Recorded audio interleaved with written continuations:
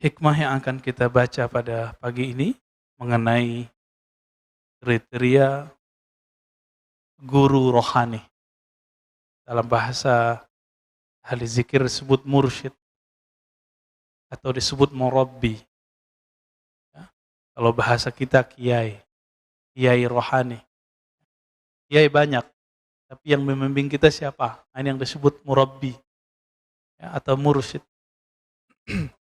Sebelumnya mari kita mulai kajian ini dengan keberkahan surah Al-Fatihah. Semoga Allah membuka hati ini, pikiran ini, dan kebaikan-kebaikan di bumi ini. Al-Fatihah. A'udzubillahi minasyaitonir rajim. Bismillahirrahmanirrahim.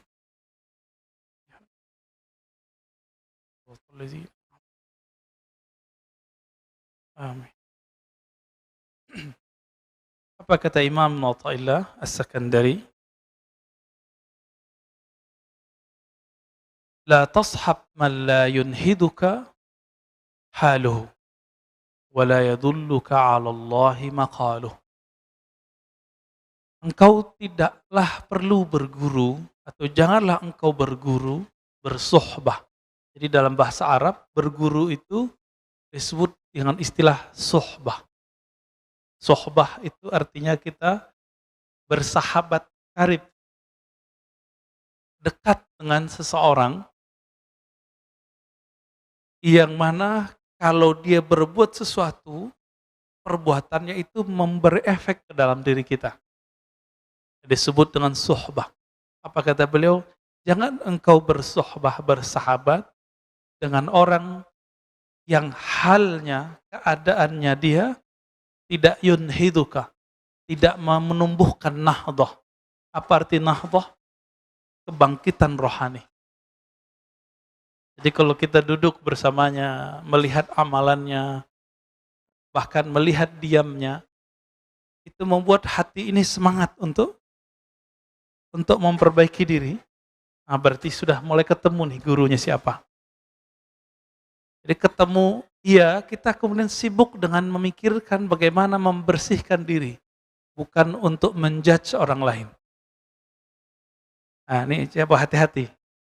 Kalau ketemu guru, ketemu dia, bikin kita ingin mencari pisau, mencari senjata untuk nyalahin teman. Itu bukan guru antum yang hakiki. Ya, itu setan berbaju ustadz.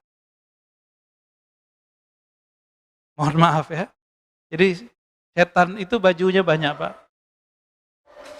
Pada waktu menggoda Sayyidina Adam, itu setan mengatakan, inni laka nasihun amin. Aku ini wahai Adam, nasih. Pemberi nasihat, guru. Kira-kira begitu. Guru yang amin, yang terpercaya. Kenapa Nabi Adam kemudian terpedaya? Karena Nabi Adam tahu iblis itu sudah ribuan tahun menjaga surga. Maka nasihun amin itu kalimat pendek, maknanya, hei Adam, saya ini sudah ribuan tahun di surga. Nama Arabnya iblis apa? Iblis itu gelar, Pak. Nama Arabnya Haris, penjaga surga. Nama bahasa Aramaiknya, bahasa Ibrani lamanya, Azazil. Azazil, itu ditulis dalam tafsir Ibnu Katsir dan tafsir-tafsir yang lain. Ternyata iblis itu ketika menggoda orang, gak pakai kata-kata kotor. Dia pakai kata-kata yang lembut. Nasihun amin. Jadi gak ada iblis ngomong kasar, gak ada. Iblis pasti ngomongnya lembut. Pakai ayat, pakai dalil. Hati-hati Pak. Ya. Pakai ayat, pakai dalil. Sangat terbayang saat itu, sangat mudah membayangkan bagaimana iblis menyerupakan dirinya seperti orang yang ahli motivasi. Kiai yang sudah lama di surga. Ingin menggurui nenek moyang kita, kakek moyang kita, Sayyidina Adam alaihi salatu wassalam. Nah, berdasarkan ini, Imam bin Athaillah tidak memulai perguruan, kita berguru kepada orang melewat kalamnya. Jadi berguru kepada orang itu dengan halnya lebih awal.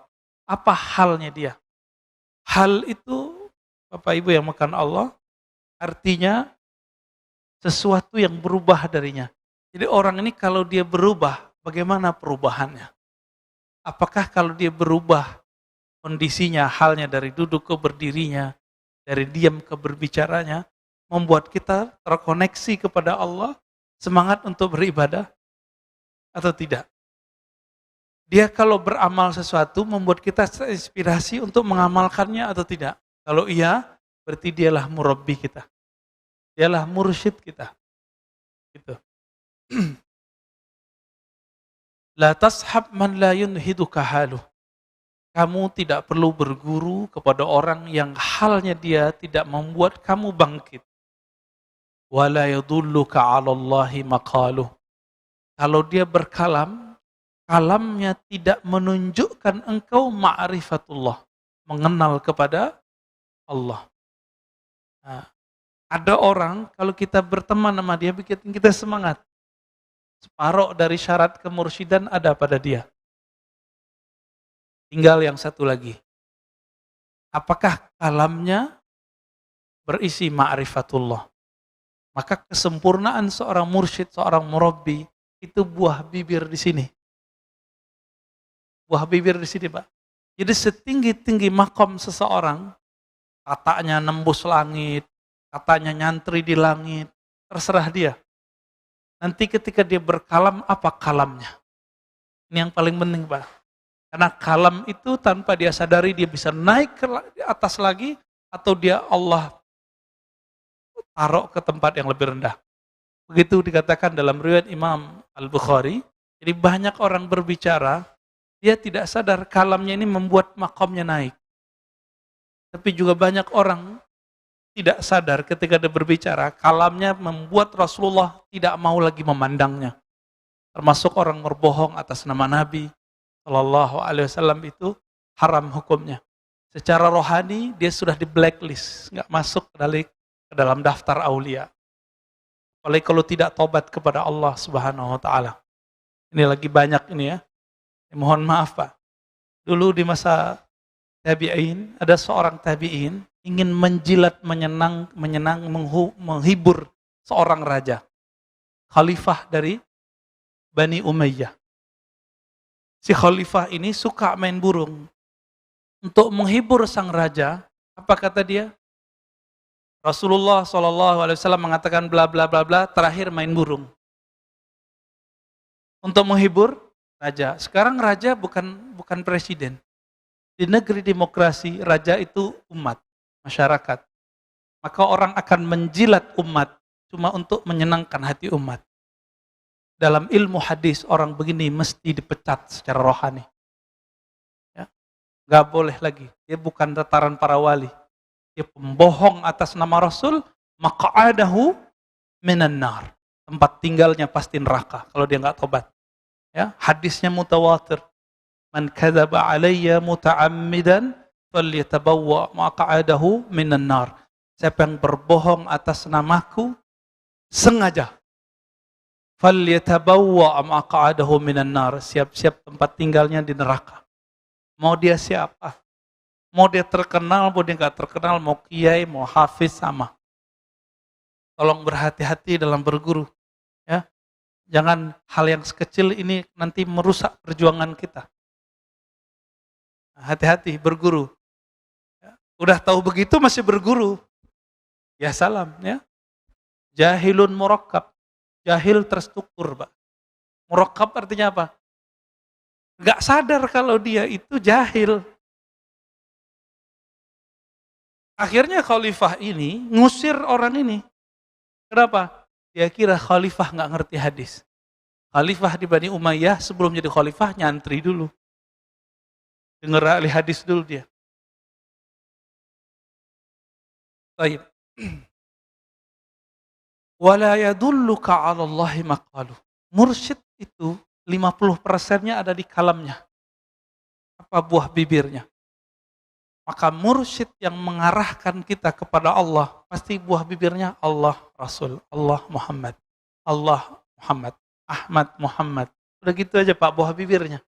Jarang dia berbicara selain itu kecuali lagi bercanda.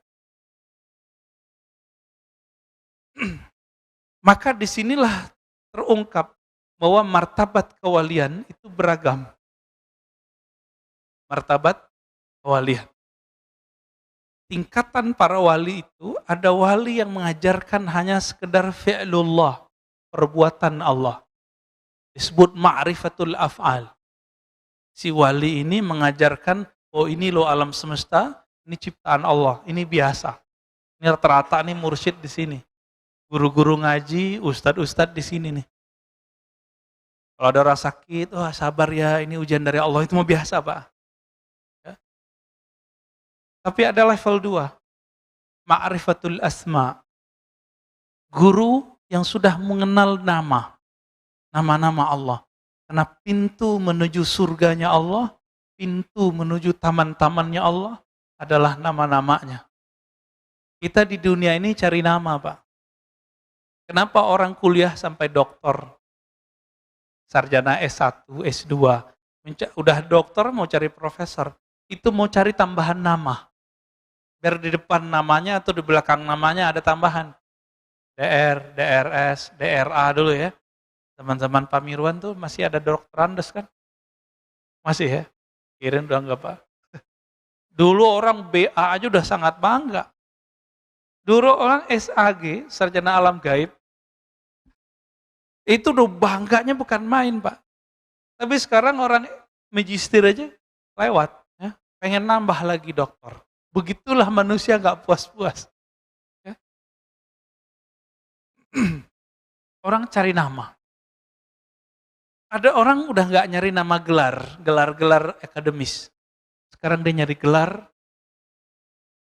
rohani.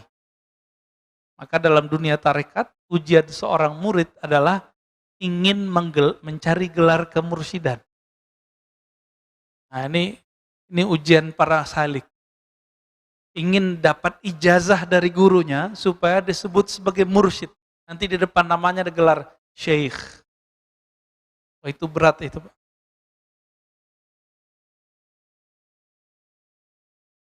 Jadi mencari nama itu betul-betul hobi kita. Kita cari nama. Mulai dari gelar. Enggak cukup di situ, di masyarakat orang mau cari gelar. Pak RT, Pak RW, itu gelar juga. Kiai. Nah, kiai ini kan terbagi 2. Ada kiai yang diberikan oleh guru, ada kiai yang diberikan oleh jamaah. Mana yang lebih tinggi Pak? Jamaah apa guru? Yang ngerti ilmu itu jamaah apa guru? Jadi, kalau antum ini jadi ustadz, ditinggalin jamaah gak usah sedih. Tapi kalau ditinggalin sama guru, kita bisa sedih Pak. Paham di situ? Kita ini beda sama jamaah gak apa-apa. Tapi jangan beda sama guru kita. Inilah perbedaan orang bersanad dengan tidak bersanad. Dia tidak takut dengan jamaahnya. Dia takut kalau ketemu gurunya, dia salah fatwa. Hari ini kita saksikan orang takut sama jamaahnya. Orang takut sama umatnya. Akhirnya ngibulin umat. Berfatwa yang menyenangkan umat. Bukan berfatwa yang kemudian membuat guru-gurunya ridho. Kalau guru kita ridho, Rasulullah pun ridho. Kalau Rasulullah ridho, pasti Allah pun ridho. Ini yang saya sebut tadi. Jika dulu orang menjilat kepada raja-raja, karena dulu monarki di zaman Bani Umayyah. Sekarang raja itu rakyat, umat. Maka orang sekarang kan menjilat kepada umat, mencari popularitas. Takut ratingnya jatuh. Takut nggak dipanggil ustadz lagi. Takut nggak ngajar lagi. Maka dia berbohong atas nama Rasul, berbohong atas nama Allah Subhanahu wa taala. Na'udzubillah min dzalik. Jadi hati-hati cari guru, jangan merusak rohani kita cuma karena kita berguru kepada orang seperti ini. Bapak Ibu yang Allah, satu kali Nabi SAW ditanya mengenai man khairun nas. Di riwayat lain, man auliaullah. Siapakah manusia terbaik? Siapakah wali-wali Allah? Apa kata Nabi? Yang orang-orang yang jika engkau pandang mereka, memandangnya membuat kita teringat Allah Subhanahu wa taala. Berkumpul dengan mereka, berkalam-kalam dengan mereka, membuat hati kita terarah menuju Allah Subhanahu wa taala.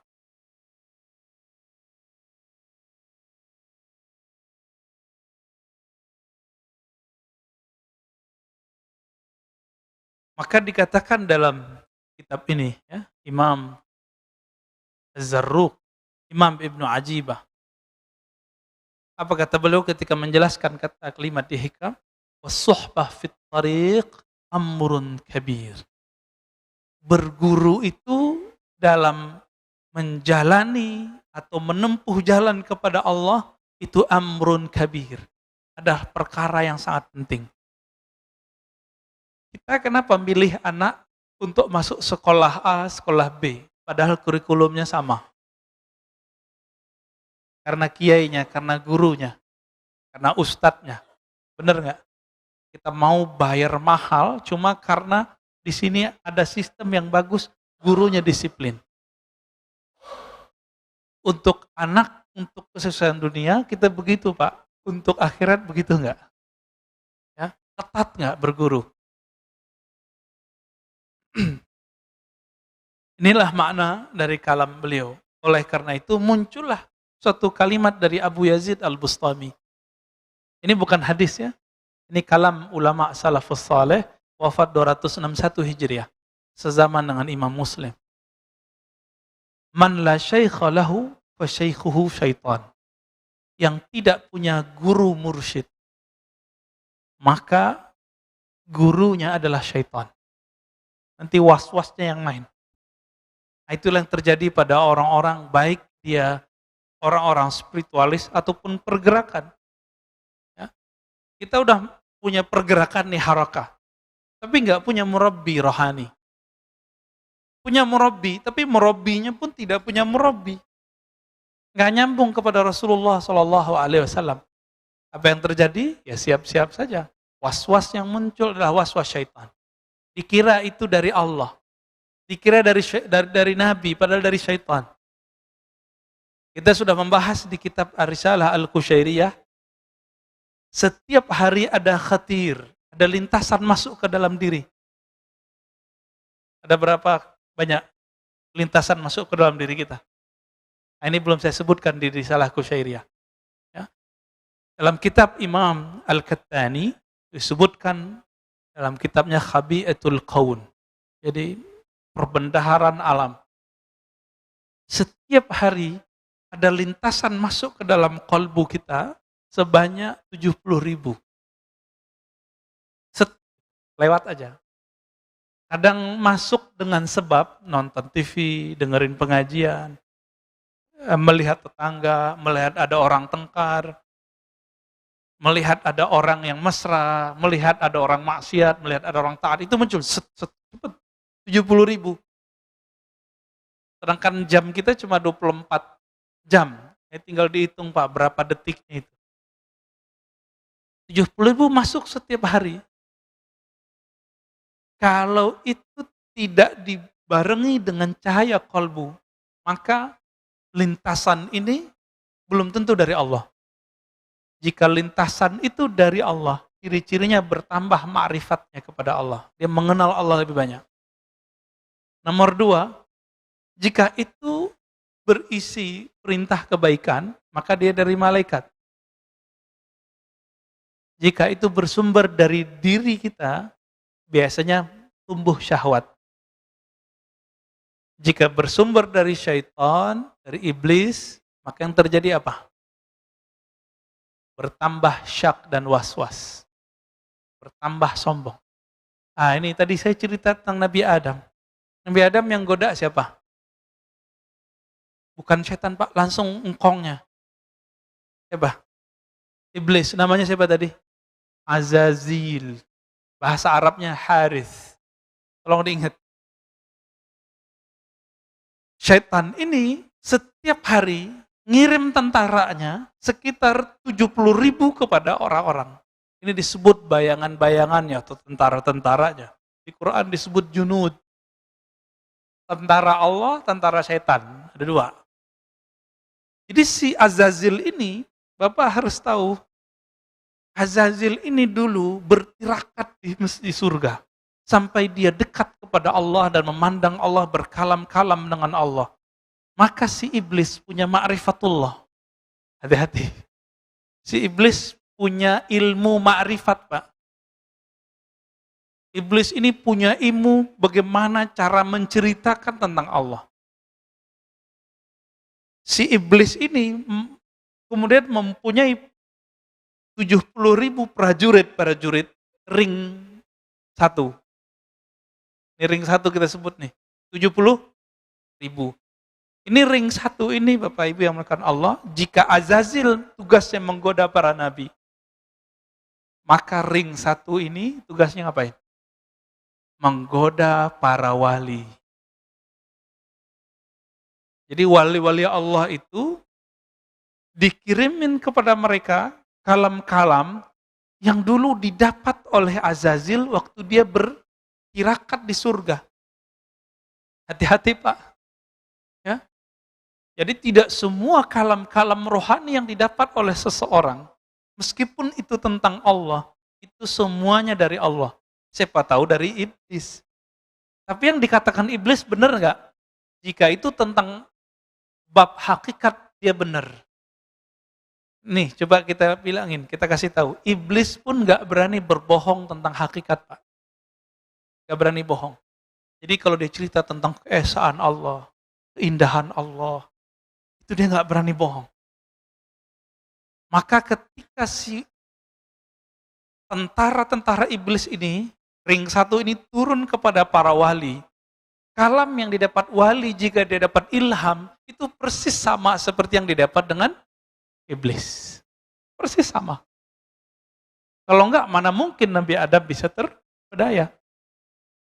Mana mungkin seorang Barsisa itu bisa tergelincir? Enggak mungkin. Terus bagaimana caranya? Makanya kalimat belakang dari teks ini, wala yadulluka 'alallahi maqaluh. Tidak mengajarkan kepada Allah tentang Allah kalamnya. Tentang Allah itu dibagi 4. Untuk fisik namanya hukum syariat. Untuk nafsiyah kita, jiwa kita namanya thariqah. Untuk pemahaman kita namanya haqiqah. Untuk keilmuan kita disebut dengan ma'rifah.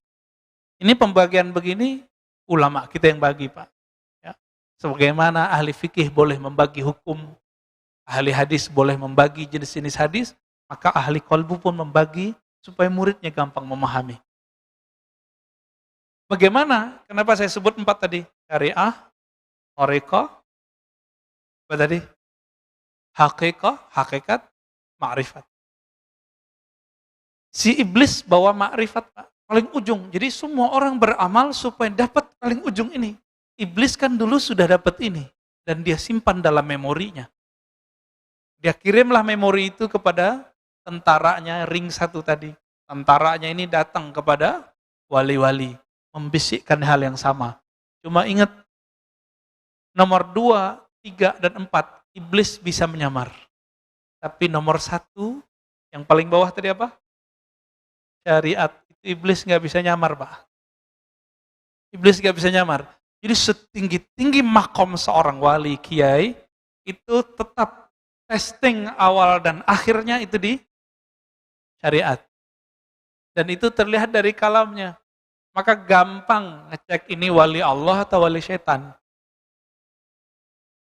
Nih mohon maaf nih, di antara wali-wali itu, ada wali namanya wali sufi. Karena dia soleh. Ada wali namanya malamatiyah. Malamatiyah ini wali, tapi tidak mau menunjukkan kesolehannya. Jika mereka ada di sisi kita, mereka itu ujian bagi kita, Pak. Mereka itu nguji Pak Mirwan. Sholatnya nanti khusyuk atau ingat orang itu. Nanti kalau Pak Mirwan ketemu, Pak, kita lagi sholat nih, depan masjid dia berisik. Dia nggak ikut sholat sama kita, padahal dia nanti sholat juga. Berisiknya bukan main.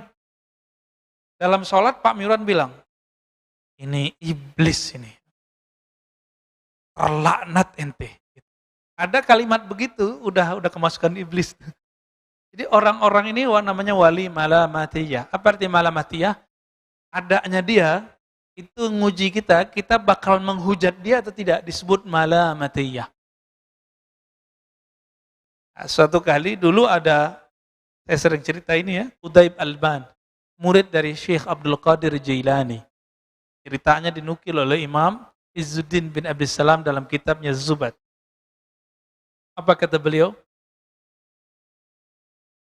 Suatu kali Qutaib Alban, di saat orang sholat di masjid, seorang qadhi agung telah memimpin sholat.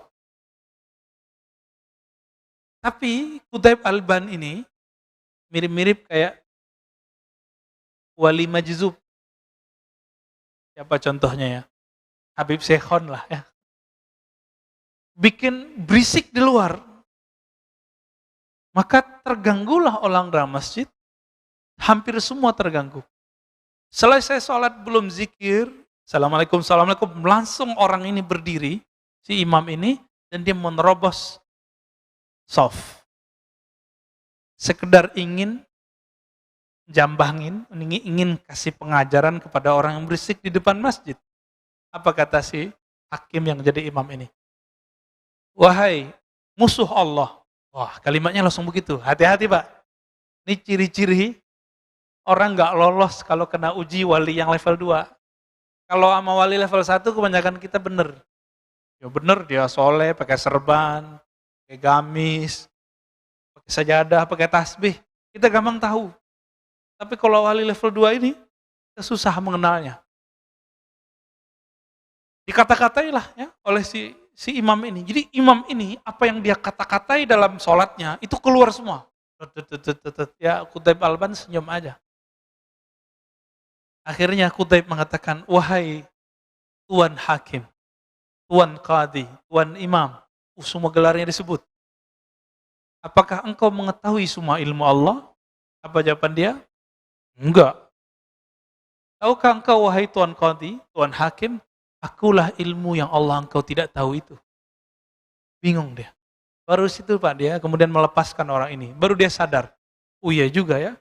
Lagi sholat, kita terganggu nggak sama orang begitu. Ya. Ini kejadian juga Pak waktu saya lagi khutbah di komplek kita di sono. Orang lagi bangun di depan masjid. Lagi khutbah, lagi sholat, datang truk. Dari tadi dia nggak datang. Pas kita lagi sholat, dia turunin tuh pasir. Orang nurun pasir berisik nggak Pak? Masjidnya belum ditutup seperti ini, masih kebuka separuh. Berisiknya bukan main. Saya jadi imam. Ya dalam hati kita, waduh ternyata Qutaib Alban zaman baru, tukang pasir Pak. Habis sholat, itu muazinnya ngutuk-ngutuk. Siapa tuh orang terlaknat yang ganggu kita sholat? Persis kalamnya seperti itu. Ini wali malamatiyah ini. Dia datang nguji kita.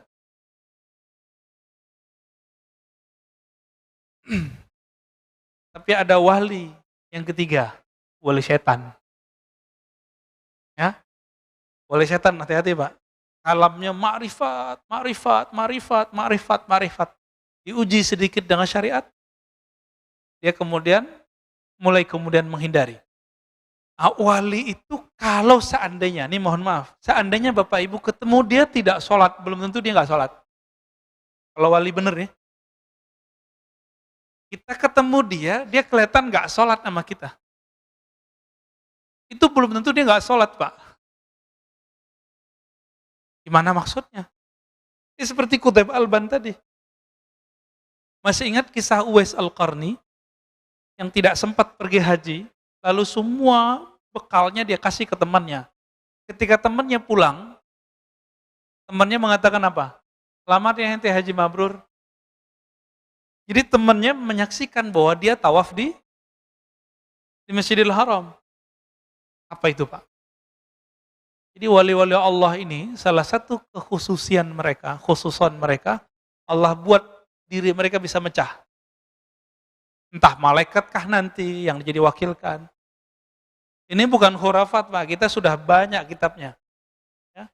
Dan zaman ini juga ada. Gak usah jauh-jauh. Saya punya teman, baru belajar sholawat, kangen raudhah. Temennya lagi di raudhah, saudaranya. Apa kata dia? Loh, kok ada saudaraku di raudhah?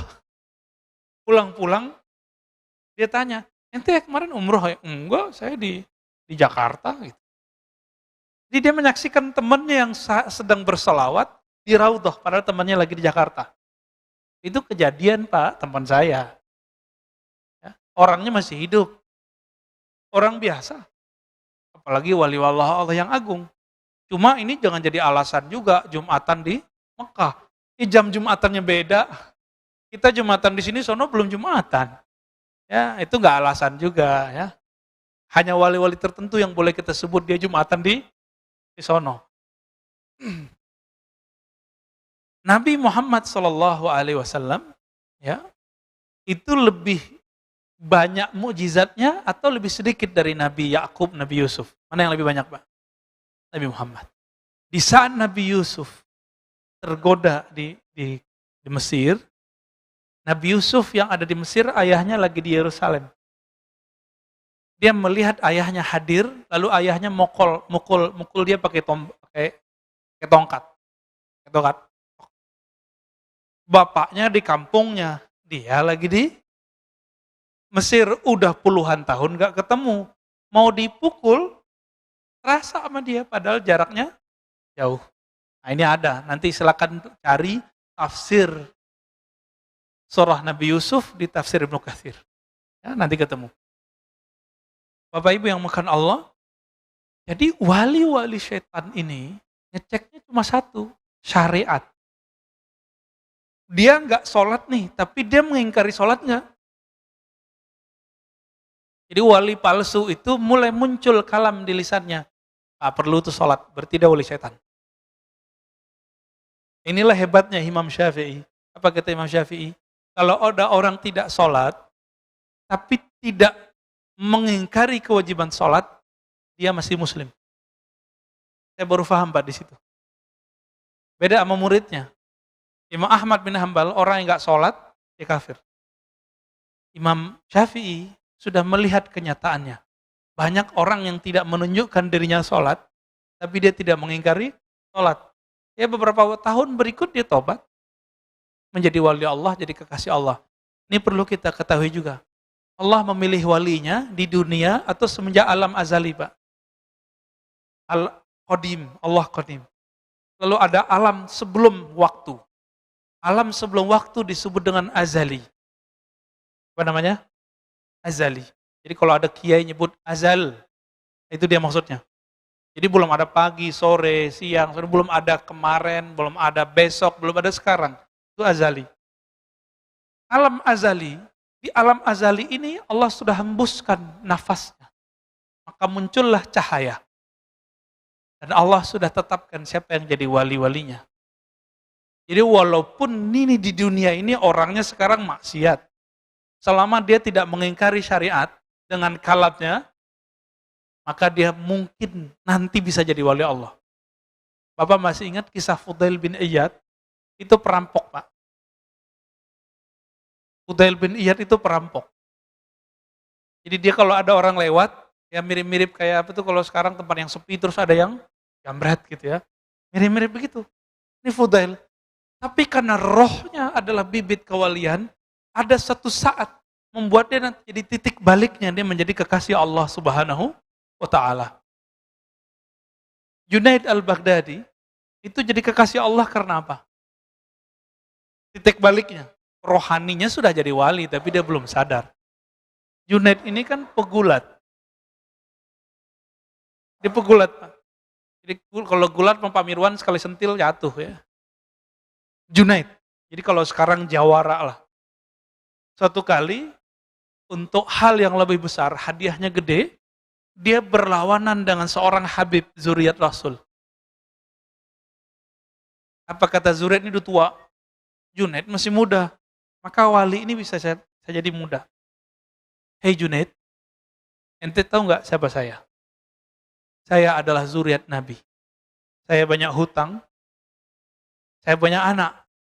Saya butuh fulus untuk bayar hutang dan memberi anak saya makan. Nanti kalau ente sayang sama Nabi, sayang sama zuriat Nabi, pura-pura kalah ya. Oh berat Pak, mau dapat ribuan dinar, tapi dia harus ngalah. Akhirnya dia pura-pura jatuh dan pura-pura kalah. Disitulah dia jadi wali.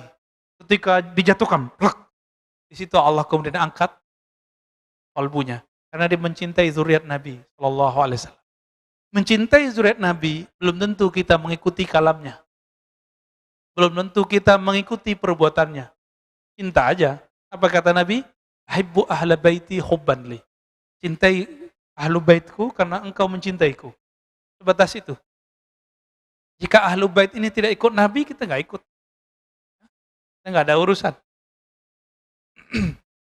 Inilah makna ya. Man la syaikha lahu fa syaikhu syaitan. Yang tidak berguru, gurunya syaitan. Jadi sudah tahu cara ngecek ini orang wali Allah, wali malamatiyah, wali sufi, wali malamati, dan wali syaitani. Apa bedanya? Dia ingkar syariat atau tidak? Dengan kalam Pak. Ini di kalam, bukan di perbuatan. Tapi di kalam. Jadi mau dia bermaksiat 70.000 kali setiap hari, selama dia tidak menghalalkan maksiatnya, dia bisa berbakat jadi wali. Tapi mau dia sholat 1000 rakaat, kalamnya kalam ma'rifat, setiap hari bermajelis dengan Allah, tapi dia bilang, sholat tidak wajib, yang halal haram. Udah Pak, itu wali setan. Dari mana kita tahu? Kita taunya dari kisah Syekh Abdul Qadir Jilani. Datang kepadanya setan berupa cahaya, setan yang ring satu tadi. Membawa ma'rifat iblis, ma'rifat iblisiyah. Dengan semua kalam-kalam yang mirip dengan kalam yang didapat oleh para nabi dan para wali yang lain. Tapi di ujung, jadi ini berhari-hari, bahkan bertahun-tahun, Syekh Abdul Qadir Jilani dapat kalam-kalam rohani, isinya ma'rifat, itu dia terima, iya. Ketika si yang punya kalam ini mengatakan, tahukah engkau wahai Abdul Qadir Jilani, semenjak detik ini, semua yang haram halal bagimu. Langsung Syekh Abdul Qadir Jilani senyum. Iblis nih. Iblis ring satu. Tapi Imam Junaid ditanya, mungkinkah seorang wali berselingkuh? Mungkinkah seorang wali bermaksiat? Mungkinkah seorang wali terjebak korupsi? Mungkin. Selama dia tidak menghalalkan itu. Selama dia tidak menghalalkan itu. Itulah rahasianya. Kenapa pembohong atas nama Rasul langsung tempatnya di neraka, Pak? Karena di kalam. Di kalam ini penting sekali.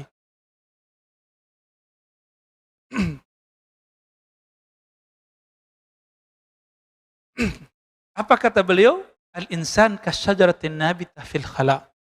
Ruhnya manusia itu, nafs jiwanya manusia itu seperti biji pohon yang tumbuh di tempat yang sepi, di tanah yang tidak ada yang punya. Kalau dia tidak punya guru, ibarat si biji itu kemudian tidak dipindahkan ke tempat yang bagus, lalu tidak dipupuk, tidak dirawat, tidak dipotong rumput-rumput yang ada di sekitarnya, tidak digemburin tanahnya. Kira-kira kalau itu padi, kalau itu jagung, jagungnya berbuah, ada isinya nggak? Kosong. Pernah ngelihat ada jagung tumbuh isinya kosong? Ya. Apa kata beliau? Seorang murid jika tidak berguru, seperti tadi jagung tadi.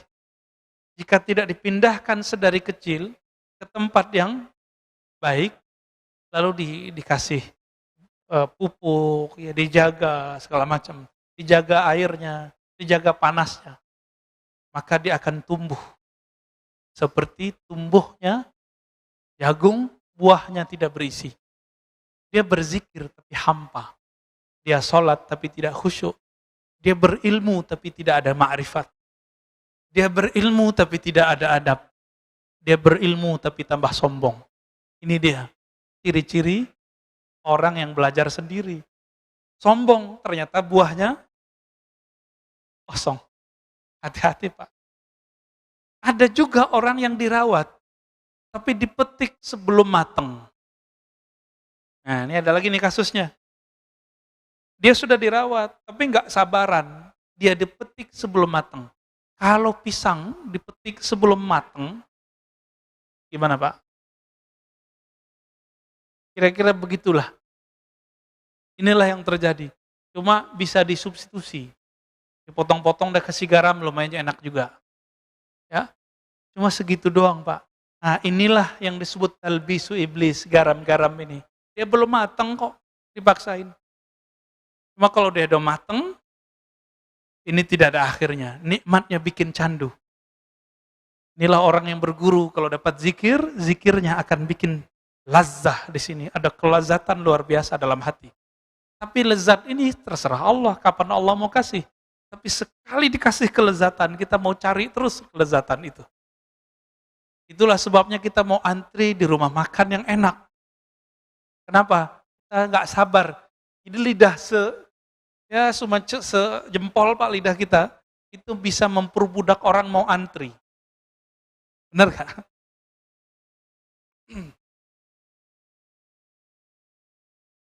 Itulah sebabnya Bapak yang melakukan Allah, orang-orang yang tidak berguru, meskipun bijinya bagus, gak jadi. Tapi ada orang, udah tumbuh nih, udah agak sedang tumbuhnya. Dilihat oleh seorang petani, wah ini kasihan nih kita pindahin. Gak telat kok, masih bisa tumbuh. Sebelum nyawa ini berpisah dengan badan, belum ada kata telat. Berguru, cari ahli ma'rifatullah yang bersyariat. Yang mengindahkan syariat dengan kalamnya. Ya. Ada orang soleh secara zahir, tapi kalamnya merendahkan orang, berbohong atas nama Rasul. Kita nggak masuk itu. Kita nggak masuk itu, Pak. Ya. Ini sudah melanggar adab-adab Nabi. Nah di sini bagian terakhir yang mau saya sampaikan. Masih panjang ya, mau syuruk. Ada kriteria syekh yang ideal. Mau cari guru yang ideal, ini dilengkapi di sini oleh Imam Ibnu Ajibah, pensyarah kitab Hikam. Ilmun sahih. Pertama, ilmunya harus sahih. Itu yang tadi saya katakan. Ilmu yang sahih itu, ma'rifatnya tidak membuat dia membatalkan syariat. Ya. Sekarang kebalikan, antum punya guru kebalikannya. Dia syariatnya bagus, tapi dia membatalkan ilmu hakikat. Banyak hari ini? Banyak. Mulai dari yang mengingkari ilmu tasawuf, ilmu ma'rifat, yang memusuhi mereka, yang menzindik-zindikan mereka, itu banyak. Sampai yang berbohong atas nama mereka, banyak. Itu sama semua tuh. Gimana Pak? Jangan-jangan kita berguru sama mereka nih. Ini syariatnya oke, jadi ilmu syariatnya bagus, tapi ilmu hakikat dia batalkan. Ciri-cirinya sederhana, dia ngomong, gak ada tuh ilmu hakikat, gak ada tuh tarekat, gak ada tuh tasawuf zindik. Ini kalau udah ngomong begini ya salam ya. Jadi berarti ilmunya belum sahih. Sebaliknya ma'rifatnya tinggi tapi dia mengingkari syariat, batal. Wa dzauqun sharih.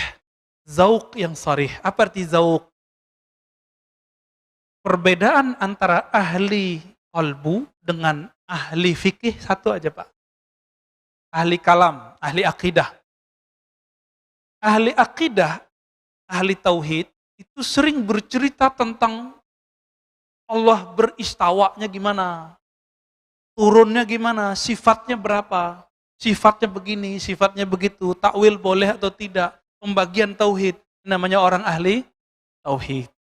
Ahli di teori. Tapi orang ini kebanyakan tidak merasakan kehadiran zat yang dia ceritakan. Dicek aja sholatnya Pak. Ini bisa ngomong Pak. Sajanah ini bisa ngomong, tempat ini bisa ngomong. Apa kata Imam Yahya bin Mu'adz Ar-Razi, Imam Salafus Saleh? Ahli kolbu itu bisa mencium harum semerbaknya kolbu para wali. Jika dia setelah menciumnya, dia akan mengejarnya. Bekas-bekasnya terlihat. Sajadah ini bisa ngomong, siapa aja yang sholat di sini dia bisa ngomong. Kalau kolbu kita harum, Kalau kolbu kita ada nur di situ. Dia bisa cek siapa aja yang sholat di situ. Kenapa? Tempat-tempat di bumi dia bermunajat kepada Allah. Ya Allah, tolong buatlah atau takdirkanlah orang yang menginjakku pagi ini orang yang berzikir kepadamu. Jadi jangan sembarangan, Pak. Ini namanya apa nih, Pak? Lantai ini. Batu apa namanya? Marmer. Batu marmer itu sebanyak ini batu marmer di dunia, ada yang jadi istana, ada yang di rumah, ada yang jadi masjid. Itu enggak sembarangan Allah pilih. Itu si batu dulu pernah berdoa tuh. Karena batu itu ada spiritnya. Makanya Nabi ketika bersandar ke satu tiang, tiangnya menangis saat Nabi pindah ke mimbar.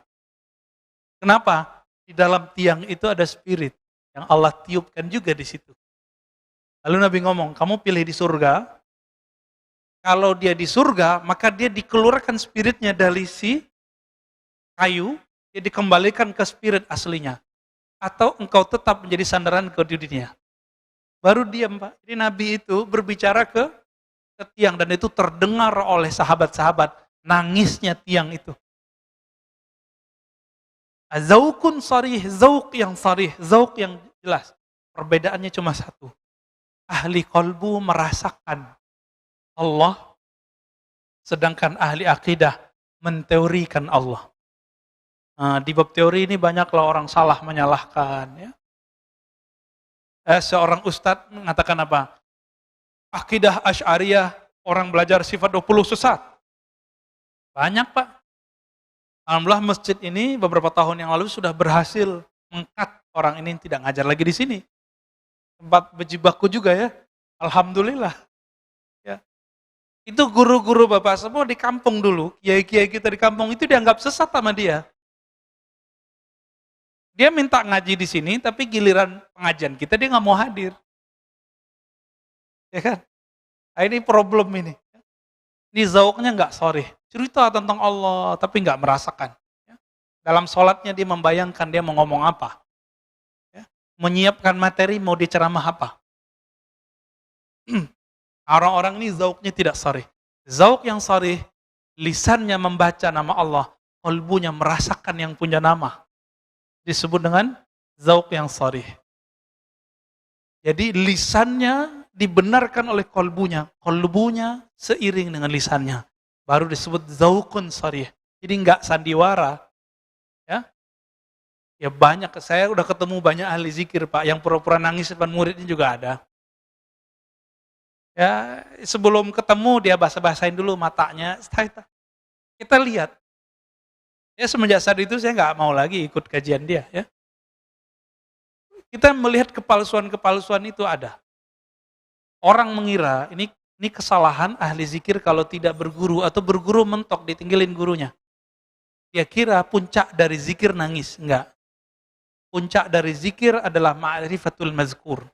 Mengenal siapa yang dizikirkan. Itu puncak dari zikir. Bukan nangis. Ya, orang susah juga bisa nangis. Orang kejepit kakinya juga bisa nangis. Ya, orang lagi ada masalah, terus sholat nangis, apakah ma'rifatnya tinggi? Enggak. Jadi standar keimanan seseorang bukan karena dia bisa nangis. Karena nangis itu si iblis waktu menggoda Adam, dia nangis-nangis Pak. Gak nyampe kan ke kita riwayatnya? Iblis itu waktu goda Nabi Adam, dia nangis-nangis Pak. Jadi jangan terperdaya oleh tangisan. Wala yaghurrannakum billahil gharur. Orang bawa-bawa nama Allah, bawa-bawa nama Rasul untuk menyentuh kalbu. Tapi ternyata itu waswas syaitani. Ciri-cirinya itu dia berbohong atas nama Rasul sallallahu alaihi wasallam. Ya, aslinya gregetan, Mbak. Ya, dengan orang yang berbohong nama Rasul itu. Cuma karena kita sudah dapat ilmu zikir, ilmu ma'rifat dari guru-guru kita, sudah kita nanggepinnya santai aja. Gak tega sebenarnya. Ya. Kalau ahli hadis yang asli, Kiai Ali Mustafa dulu, guru saya, itu ngisi di Selas TV nasional. Ada seorang ustadz membacakan hadis itu dhaif jiddan, sangat lemah. Tapi populer. Ramadan awalnya rahmat, pertengahannya maghfirah, akhirnya itqu minan nar. Dibacakan oleh si ustadz ini, dia nggak sowan dulu sama kiai. Udah jelas ada kiai minta izin kayak nanya dulu, Pak Kiai ini saya mau bacain hadis ini, Bu. Sahih apa enggak? Main baca-baca hadis aja. Inilah rahasianya. Kenapa ahli hadis mengatakan Allah yuhadditsa bihadrati man huwa aula. Jangan kamu menyampaikan satu hadis berceramah, memberikan motivasi di depan orang yang lebih utama darimu. Kita tambahkan illa biizni, kecuali dengan izinnya, ridhonya. Bapak kalau lihat 2010 itu orang dibantai oleh Kiai Ali Mustafa Yakub. Ya. Langsung diambil mic ditanya, "Kamu tahu nggak ini hadis riwayat siapa?" Ini sahih apa enggak? Si ustaznya bilang sahih, saya nggak inget ya. Dia bilang sahih, saya ingat saya itu. Dibantai habis-habisan. Ini hadis dhaif jiddan. Riwayat Imam Ibnu Huzaimah meragukan kualitas hadisnya. Ente sampaikan ke manusia. Tapi manajernya nggak berani marah sama Kiai Ali hadis. Udah galak duluan soalnya. Baik. Kemudian ada himmah aliyah. Si guru ini nggak boleh dia orangnya mudi. Tahu mudi nggak Pak? Mutan. Si guru ini karakter ketiganya semangatnya tinggi. Langsung sampai kepada Allah. Ciri-ciri orang begini, dia ini hatinya sensitif. Tapi dia mengalah dengan hati yang sensitif itu untuk kepentingan jamaah muridnya. Jadi biarlah saya makan hati, yang penting jamaah saya nyampe kepada Allah. Bukan malah ngibulin jamaah. Ya. Dia mau berkorban untuk muridnya, berdoa untuk muridnya, siang malam dia mendoakan muridnya, melebihi dia mendoakan anaknya sendiri. Ini yang disebut himmah aliyah. Udah ketemu belum Pak guru begini? Mendoakan murid tiap hari. Orang tua aja cuma doain anaknya, biar dapat rezeki yang banyak. Mana orang tua berdoa, ya Allah, kumpulkan kami bersama keluarga kami, anak-anak kami di surga. Lapangkan rezekinya, masukkan dia ke surga. Jarang kan yang doa begitu? Rata-rata berizki. Kayaknya hidup rezeki doang. Kalau guru lebih dari itu, guru mendoakan, ya Allah mudahkan hidup murid-muridku. Kumpulkan kami bersama nabimu di surga. Guru Pak. Ini yang disebut himmah aliyah. Himmahnya nggak cetek. Ya? Maka guru begini, dia punya akses syafaat. Walaupun dia tidak bisa memberi syafaat secara mutlak, dia harus dapat izin dulu dari Nabi Muhammad sallallahu alaihi wasallam. Wahalatun mardiyah. Nah, kondisi orang ini, kondisi itu ada dua. Kondisi rohani, kondisi fisik. Kondisi di sini adalah kondisi rohani. Kalbunya hanya berisikan nama Allah, ma'rifatullah, bukan dunia. Ini yang disebut hal. Hal artinya perubahan-perubahan. Keadaan dia kalau berubah dari Allah, Rasul, Allah, Rasul, Allah, Rasul, udah gitu aja. Cintanya cinta Allah, cintanya cinta Rasul. Ya. Kalau sudah ketemu orang begini, Bapak ambil ilmu dari dia. Karena apa? Karena dialah yang disebut al-mursyid al-kamil. Mursyid yang ideal. Yang pertama apa tadi? Ilmunya sahih. Syariat, tarekat, hakikat, ma'rifat. Tidak boleh bertentangan. Yang kedua, apa yang kedua? Zaukun sarih. Dia lahir batinnya sama. Jadi lisannya dibenarkan kolbunya, kolbunya dibenarkan lisannya. Yang ketiga, himmah aliyah. Semangatnya tinggi, tidak gampang futur. Yang gampang futur siapa? Futur ini don, mudi. Itu jamaah, murid. Tapi kalau guru nggak boleh futur. Ya, nggak boleh ya, tersinggung dikit, kemudian nggak mau ngajar lagi, nggak. Ya. Yang keempat, Pak Mirwan senyum-senyum, kayaknya ada yang kena nih ya. Yang keempat, halnya mardiyah. Jadi dia kalau berubah, perubahannya selalu mengarah kepada ridho Allah Subhanahu wa Ta'ala. Semoga kita bertemu dengan mereka, semoga kita menjadi murid-murid mereka. Amin ya Rabbal Alamin. Baik, ada yang mau didiskusikan Pak? Ini langganan terus, nggak ada tanya politik Pak ya? Ya, foto.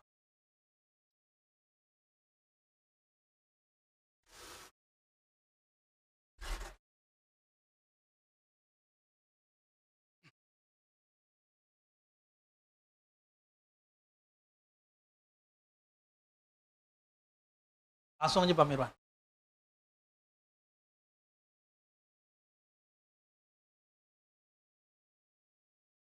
Itu nggak sabar ini. Assalamualaikum warahmatullahi wabarakatuh. Waalaikumsalam warahmatullahi wabarakatuh. Pak Ustadz tadi katakan bahwa hadis yang mengatakan sepertiga waktu Ramadan tadi itu kan dhaif. Tolong ini disering-sering sampaikan, mau di masjid sini atau manapun, supaya jangan ini terulang terus. Setiap tahun begitu, ternyata dhaif. Kita baru tahu sekarang ini itu dhaif. Ya, supaya jangan dosa itu terus-terusan berjalan gitu, kira-kira mencegahnya. Insya Allah. Tuh. Yang kedua mengenai guru, ya.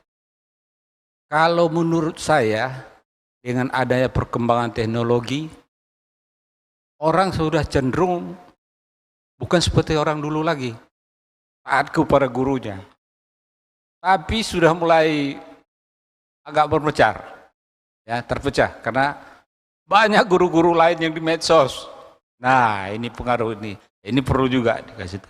Yang ketiga mengenai ini tadi, kalau orang berbuat salah atau berzina dia, tapi dia tidak mengatakan berzina itu benar, tapi dia melakukan, ya. Nah, apakah ini yang dimaksud yang Ustadz sampaikan tadi, bahwa dia itu sebenarnya bisa saja nanti di akhir hidupnya dia menjadi wali? Kalau saya melihatnya begitu dia sudah melakukan, berarti salah dia, gitu kan? Biarpun dia tidak menyatakan itu salah secara lisan, tapi secara perbuatan dia sudah melakukan itu. Demikian. Assalamualaikum warahmatullahi wabarakatuh. Orang itu mengira jalan menuju Allah itu cuma lewat taat. Tapi Bapak coba, udah bertahun-tahun taat, sholat tahajud nangis nggak? Antum sholat tahajud, langsung nangis bisa nggak? Belum tentu, saya jamin belum tentu. Paling ngantuk-ngantuk. Tapi kalau orang yang taat ini, dia merasa taat. Akhirnya merasa suci, Pak. Jika Allah sayang sama dia, berarti dia kekasih Allah dong. Allah celupkan dia sesekali ke dalam zulumatil maksiyah. Zulumatil zunub. Allah celupkan dia sesekali kepada kegelapan maksiat. Ketika dia dicelupkan sekali, dia merasa dirinya kotor, lebih kotor dari semua pemaksiat di bumi. Disitulah dia jadi wali Allah, Pak. Bukan berarti dia menghalalkan perbuatan maksiatnya. Mau itu korupsi, meninggalkan sholat, mau apapun selain syirik ya. Yang nggak mungkin jadi wali itu musyrik doang. Nggak mungkin bisa jadi wali. Orang musyrik, syirik terbagi dua, ada zahir, ada batin. Syiriknya batin itu namanya riya. Riya ini yang masalah. Riyanya jamaah ingin dilihat sholat. Riyanya ustadz lebih ganas, Pak. Riyanya ustadz ingin disebut ustadz istiqomah. Ingin disebut ustadz pendirian. Ingin disebut ustadz anti dan pro. Anti siapa, pro siapa, Bapak terjemahin sendiri. Ini sama, ini mainan semua, ini mainan iblis semua ini. Mau anti pemerintah, mau pro pemerintah. Mau anti fulan, mau pro fulan. Standar kawalian bukan dari situ, tapi dari kolbunya. Kita kan terjebak hari ini. Bagi kita, orang yang pro si anu, pro ini, berarti dia nggak wali. Orang yang anti ini wali. Bukan begitu cara ngecek kewalian. Nggak ada di kitab begitu, Pak. Nggak ada di Quran begitu. Nggak ada dalam ilmu ma'rifatullah begitu. Nggak ada. Justru Imam Al-Qushairi menukil ya, daftar orang-orang wali. Itu kan yang saya bacakan selama lebih dari setahun. Itu daftar wali-wali, Pak. Ternyata mereka punya masa lalu yang gelap. Imam Junaid, tadi masa lalunya tukang gulat, berjudi dengan gulatnya. Imam siapa tadi? Fudail. Dia ternyata perampok. Siapa lagi?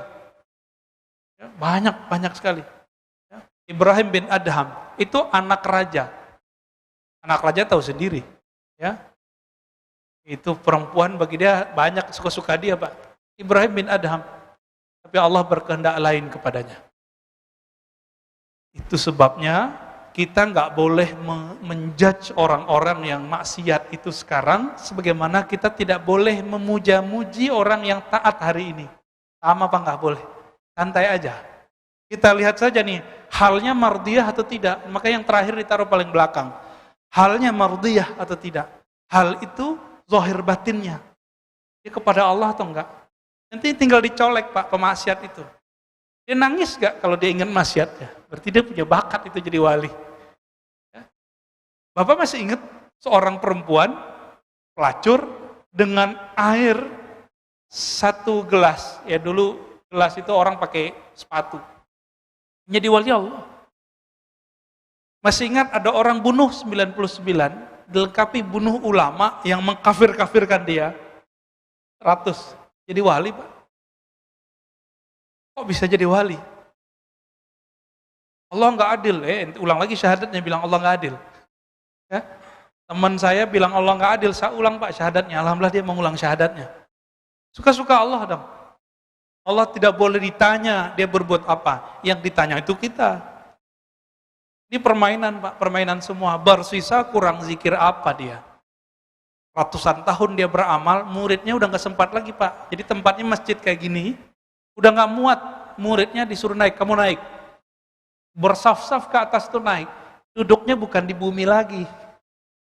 Tapi Allah batalkan kewaliannya, ternyata dia bukan wali Allah, tapi wali syaitan. Zahirnya taat, tapi halnya tidak mardiyah. Halnya tidak diridhoi. Inilah makna kalam Abul Hasan Syazili. Apa kata beliau? Ini silakan diamalkan Pak, doa ini pakai bahasa Indonesia. Kalau diterjemahkan ya, Allahumma ja'al sayyiati sayyiat man ahbabta. Ya Allah, jadikan aku jika berbuat salah, jika terjebak kepada maksiat. Jadikan aku orang yang salah dan bermaksiat, tapi engkau cinta kepadaku. Kalau Allah cinta kepada kita, kita buat salah, nanti Allah selamatin nggak kita? Apapun caranya nanti, orang yang dicintai Allah ini wali, pasti diselamatin. Itu. Bapak kalau saya sama anak takut petir, dia lagi jalan. Ada petir, dia takut, dia nggak bisa berdiri, dia telepon, Pak, jemput saya di jalan ini. Kita nggak punya kendaraan, kita jemput Pak, walaupun hujan, anakku. Gitu. Kira-kira begitu. Ya. Jadi jangan terpedaya dengan banyaknya taat. Jangan terpedaya dengan tingginya ma'rifat. Keselarasan 4 ini penting kita lihat. Insya Allah next kita ulang-ulang tuh hadis Pak ya. Ya mari silakan di belakang. Yang lain? Ada? Di belakang. Ya sudah.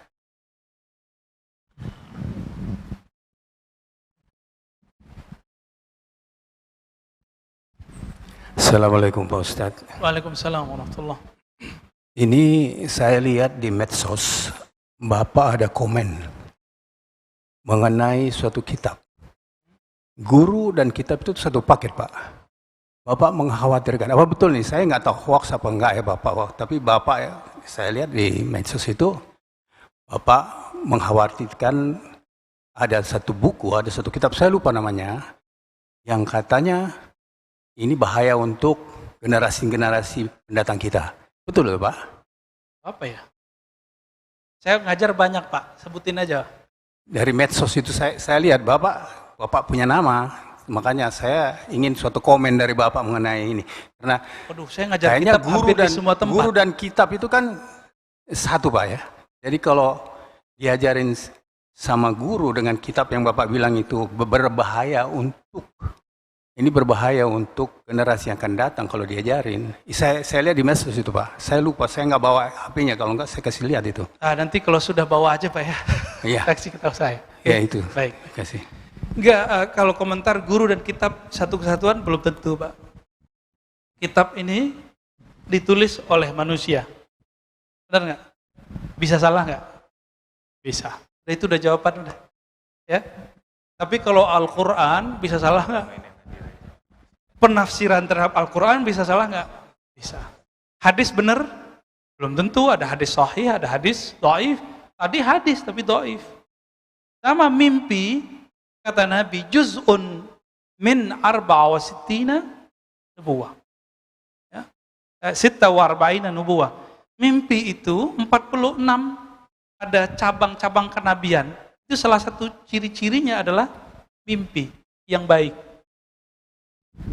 Mimpi yang baik. Nah, kalau orang bohong atas sama mimpi, dia bohong atas sama Nabi. Hati. Ya, betul. Ada pertanyaan dari YouTube. Assalamualaikum warahmatullahi wabarakatuh. Apa yang mesti dilakukan kalau sempat dalam hati kita merendahkan orang yang tampak tidak lebih soleh dari kita? Yang pertama. Ya. Yang kedua, Assalamualaikum, mohon bertanya, apakah untuk mendekatkan diri dengan Tuhan dan melembutkan kolbu, kita harus belajar tasawuf? Dan apakah semua orang bisa mempelajari itu? Terima kasih. Wassalamualaikum warahmatullahi wabarakatuh. Assalamualaikum warahmatullahi wabarakatuh. Kalau kita merasa lebih baik dari orang, rendahkan orang gimana caranya, gitu ya. Apabila kita tidak menyadarinya secara rohani, maka Allah jika sayang kita akan membuat kita sadar secara kontan. Kayak tadi, jika ada orang yang taat ini Allah sayang sama dia, terus dia merasa lebih taat dari orang, Pak. Apa yang Allah lakukan? Allah akan celupkan dia ke dalam maksiat, sehingga ketika dia selesai maksiat, dia kemudian ingat lagi, dia merasa hina di situ. Tinggal pilih, sadar sendiri, atau nanti Allah yang sadarin. Ya. Dan yang kedua, Bapak Ibu yang bukan Allah, ingat satu hadis. Tidak masuk surga, siapa yang di dalam dirinya ada 1 biji zarah kibr. Iblis itu kenapa tidak ada hak di surga? Karena di hatinya ada kibr. Ciri-ciri kibr sombong itu cuma satu, mengatakan seperti kata iblis, ana khairum minka, ana khairum minhu, aku lebih baik daripada dia ya Allah. Iblis ngomong sama siapa, Pak? Allah. Berarti tidak semua orang yang bisa mengakses ma'rifat kepada Allah, dia kekasih Allah. Ya, iblis bisa ngomong begitu.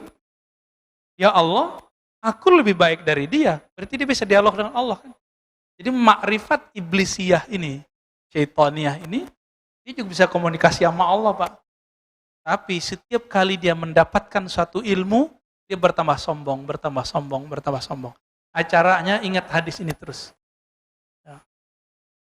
Kalau masalahnya masalah yang lain, kalau masalah kehidupan, tinggal lihat aja ya. Kalau kita merasa lebih mulia karena harta, karena rumah, coba lihat. Si guguk, ayam, itu binatang-binatang sekitar kita, mereka kalau kenyang, nggak pernah bawa duitnya pulang, bawa makanannya pulang. Jadi kalau dia kenyang, dia tinggalin nggak makanannya, walaupun dia kemudian masih butuh besok. Jadi setamak-tamaknya hewan sekitar kita, dia tidak pernah nabung, Pak. Dan kita, sezuhud-zuhudnya kita nabung. Oh kita kan manusia, Ustaz. Ya itulah alasannya, ngeles lagi kan. Berarti kita ini emang ada kehinaan dalam diri yang kita buat alasannya ngeles begitu. Nggak ngelarang nabung, Pak ya. Ya, fadhal. Terima kasih Ustaz. Assalamualaikum warahmatullahi wabarakatuh. Assalamualaikum. Ustaz, mohon penjelasan. Tadi ada Ustaz katakan bahwa setiap hari ada 70.000 lintasan-lintasan hati yang kadang sebagai awam dan fakir itu bagaimana mensikapinya, Ustaz? Apakah lintasan-lintasan itu apabila kefakiran dengan keawaman kita lama-lama dapat membentuk satu karakter yang melenceng atau mendekat begitu, Ustaz? Mohon penjelasan, Ustaz. Assalamualaikum warahmatullahi wabarakatuh.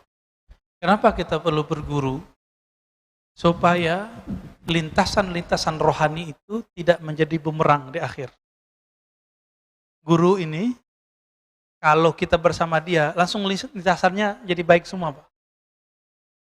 Kalau gurunya benar ya, yang tadi 4 syarat tadi. Secara zahir, guru itu harus bersanad, berijazah. Jadi maka kita kasih tahu, kita nasihatin diri kita sendiri, Bapak semua, kalau nyari mursyid zikir, pastikan dia bersanad, berijazah, mursyid. Pastikan dia punya ijazah. Boleh tanya temannya, gurunya, langsung ke beliau juga boleh. Orang nggak beri ijazah, kemudian ngangkat murid lagi. Ini bahaya ya. Saya kasihan sama murid-muridnya dan kasihan kepada orang ini. Mau dia katanya zikirnya ribuan kali, mau dia sakti, mau dia kasyaf, itu nggak ada urusan. Ya, khawatir nanti yang masuk kepadanya bukan malaikat, tapi iblis ring satu. Makrifat yang masuk itu dari sana. Hati-hati. Nah, ini banyak ya, banyak sekali. Ada orang nganggap siapapun yang melawan dia akan mati karena dia ahli zikir la ilaha illallah. Loh, yang matinya juga ahli zikir la ilaha illallah kok. Karena lintasan itu masuk, dipoleslah oleh syaitan. Ente karena ahli zikir, maka orang yang tentang ente mati. Banyak apa yang begitu. Ya, ada seorang ustadz, ya, dia ngaku begitu. Polisi macam-macam sama saya, tunggu aja sebulan 2 bulan, keluarga ente habis. Dia ngancam begitu. Ya, itu khatir. Jadi bagaimana caranya? Dia harus punya guru yang ahli mengerti khatir. Itu sebabnya di zaman Rasulullah, setiap pagi majelis Nabi itu mereka setoran mimpi. Setoran mimpi, Pak. Karena mimpi itu bagian dari khatar. Ini belum jelas setoran mimpinya apa, udah cerita aja kepada orang. Ya. Baik, kira-kira begitu, Pak. Kita cukupkan, semoga pagi ini diberkahi oleh Allah. Lintasan yang masuk ke kalbu diridai oleh Allah Subhanahu wa taala. Kita bertemu guru yang Allah ridai juga sehingga kita menjadi hamba yang diridainya. Rabbana atina fid dunya hasanah fil akhirati hasanah wa qina adzabannar. Allahumma arzuqna hubbak wa hubba ma yuhibbuk waj'al lana al-'amal alladhi yuballighuna ila hubbik. Ya Allah, beri kami cintamu, cinta orang yang mencintaimu, dan berikan kami keistiqomahan mengamalkan satu amalan yang menghantarkan kami kepada cintamu. Allahumma salli ala nabiyina Muhammad walhamdulillah rabbil alamin. Subhanakallahumma wa bihamdika asyhadu an la ilaha illa anta astaghfiruka wa atubu ilaik. Assalamualaikum warahmatullahi wabarakatuh.